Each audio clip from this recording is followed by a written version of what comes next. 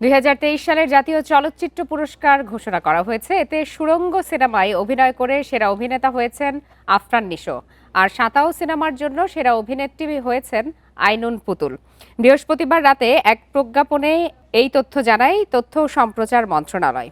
সেরা সিনেমা নির্বাচিত হয়েছে সাঁতাও। এবার যৌথভাবে আজীবন সম্মাননা পেয়েছেন চলচ্চিত্রকার তারেক মাসুদ এবং চিত্রগ্রাহক ও নির্মাতা আব্দুল লতিফ বাচ্চু।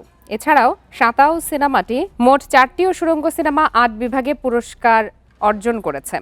শ্রেষ্ঠ স্বল্পদৈর্ঘ্য চলচ্চিত্র মরিয়ম, শ্রেষ্ঠ প্রামাণ্য চলচ্চিত্র লীলাবতী নাগ, দ্য রেবেল, শ্রেষ্ঠ চলচ্চিত্র পরিচালক খন্দকার সুমন, পার্শ্ব চরিত্রে শ্রেষ্ঠ অভিনেতা মনির আহমেদ শাকিল, অভিনেত্রী নাজিয়া হক অর্ষা জাতীয় চলচ্চিত্র পুরস্কারের জন্য নির্বাচিত হয়েছেন।